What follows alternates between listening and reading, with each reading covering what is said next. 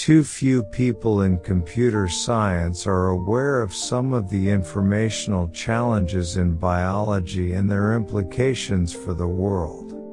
We can store an incredible amount of data very cheaply. Today, if you want to access a typical out-of-print book, you have only one choice: fly to one of a handful of leading libraries in the country and hope to find it in the stacks. Before Google, I don't think people put much effort into the ordering of results. You might get a couple Thuan results for a query. We saw that 1,000 results weren't necessarily as useful as 10 good ones. We wouldn't survive if people didn't trust us.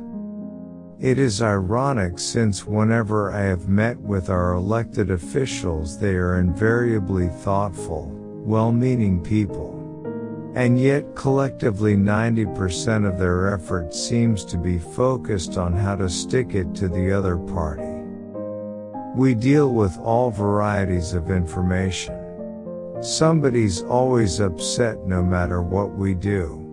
We have to make a decision, otherwise there's a never-ending debate. I am sometimes something of a lazy person, so when I end up spending a lot of time using something myself, as I did with Google in the earliest of days, I knew it was a big deal. I'd like to get to a state where people think that if you've Googled something, you've researched it, and otherwise haven't, and that's it. It's a romantic notion that you're going to have one brilliant idea and then everything is going to be great. But the execution and delivery are what's key. I feel there's an existential angst among young people. I didn't have that.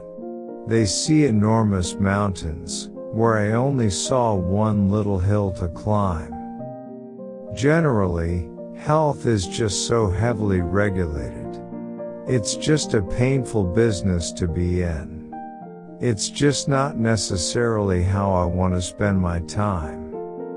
If you had all the world's information directly attached to your brain, or an artificial brain that was smarter than your brain, you'd be better off. In the future, search engines should be as useful as HAL in the movie 2001. A Space Odyssey, but hopefully they won't kill people.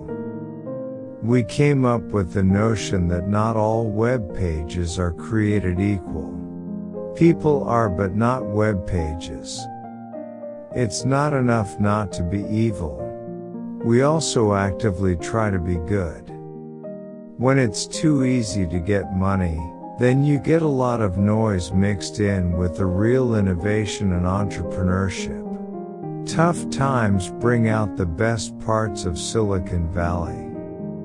Any conversation I have about innovation starts with the ultimate goal. The name was supposed to be Google, which is the mathematical term for a 1 followed by 100 zeros. It was before the Google spell checker existed. Too many rules will stifle innovation. We are currently not planning on conquering the world. You can make money without doing evil. As we go forward, I hope we're going to continue to use technology to make really big differences in how people live and work. Technology is an inherent democratizer. Because of the evolution of hardware and software, you're able to scale up almost anything. It means that in our lifetime everyone may have tools of equal power. Currently we don't have plans on conquering the world. People try new things all the time. By now, the people who succeed have to be very sophisticated. Ultimately, you want to have the entire world's knowledge connected directly to your mind. If what we are doing is not seen by some people as science fiction, it's probably not transformative enough. Google actually relies on our users to help with our marketing. We have a very high percentage of our users who often tell others about our search engine.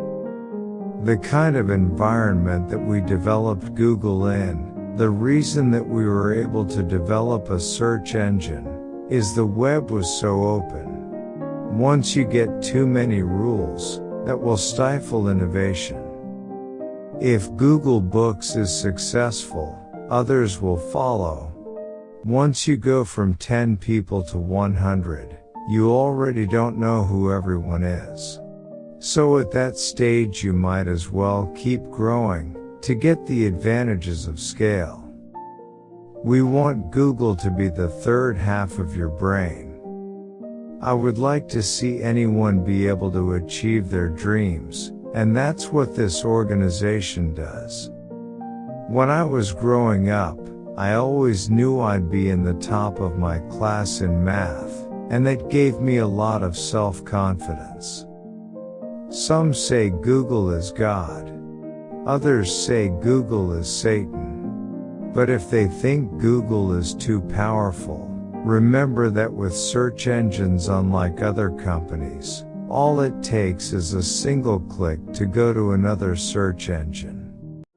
Thanks for watching. Waiting for the next video. Like, comment, and subscribe.